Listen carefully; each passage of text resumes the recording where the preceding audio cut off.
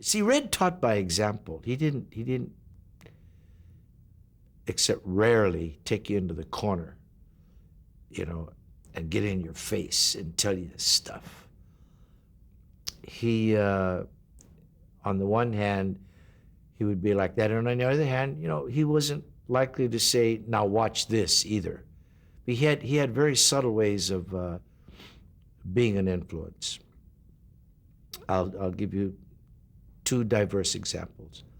I'm working the club, his place on La Cienega one night, and we had maybe 12 people. And they all happened to be seated down front. Now, as a comic, I have I had what we call a quiet act. Quiet meaning I talk to people. I'm a conversant kind of a guy. And I'm not all over the place and way out there and doing up and down, physical things and stuff. And, little thing there, laying a punchline. Little set it up here, laying a punchline. Da-da-da-da-da, quiet humor, warm. It's called a warm-up act for whatever's going to follow. So this one night, I do my set. He comes up. I've introduced him. He comes up and he says, "I got to talk to you after the show." I don't know what that means, Sure, Red, hand him the mic. He does his thing, knocks the 12 people out. And long story short, he takes me to the back of the room. He says, "Now look here, I want you tonight." I'm sitting in the back of the room. He said, "Son, you got to talk to the cheap seats." The cheap seats? He says, "You talk with you down here with these people, and you talk like you talk, but you got to talk into the microphone so the people in the cheap seats can hear you back there, even though you're talking to all the little folks up here. You got that." I never forgot it. Never forgot it. Where it came into play was at the Apollo Theater. See, Apollo Theater is grand. You got 3 tiers, and you got, aisles, and it's a crowd. It's a crowd of, I think, about 700 or 800 people, whatever, huge, compared to working little clubs. So he's not saying you got to work broader, but work so that you can still work here in front of you. They'll catch it, but you got to let them hear it. If they don't hear the words, they miss it. So that was a lesson well learned. The other great lesson, Red as a mentor and a godfather, taught me by example. My then wife was about to have our second child. I'm talking about any day now. And coincidentally, during that whole time, over about the previous 8 weeks or something like that, we weren't being evicted, but I refused to. We had been renting a little 2-bedroom place in the Rancho Park area, I believe.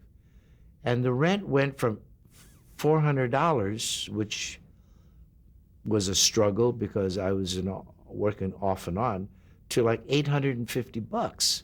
Well, obviously a way for the owners to get you out of there. Well, we couldn't, we had to move. So my then brother-in-law says, "You guys ought to come check out the valley." And I'm like, "I can't afford the valley." No, just come check it out. You might get lucky, find something.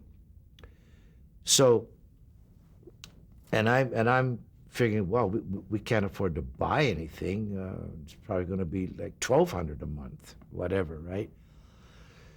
Especially with an addition come. We get lucky. We find this place, 3-bedroom, bath and a half, very, very large lot, which would come down on us later. I told you that story.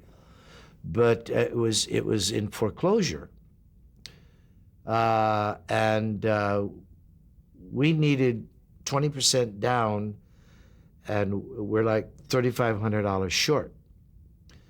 And we had begged and borrowed and hawked and stuff, and we're within 4 days of escrow closing. And my wife's going, gee, what do we do? We're going to lose our good faith money. And I go, I don't know. Come with me. We'll go up to see Redd. Maybe he can help us figure out a way. So we go up to Redd's house. Meantime, I have no idea that he has this phobia about pregnant women. So he takes one look at my wife and he goes, damn, Morita, is she gonna explode? Get her out of here.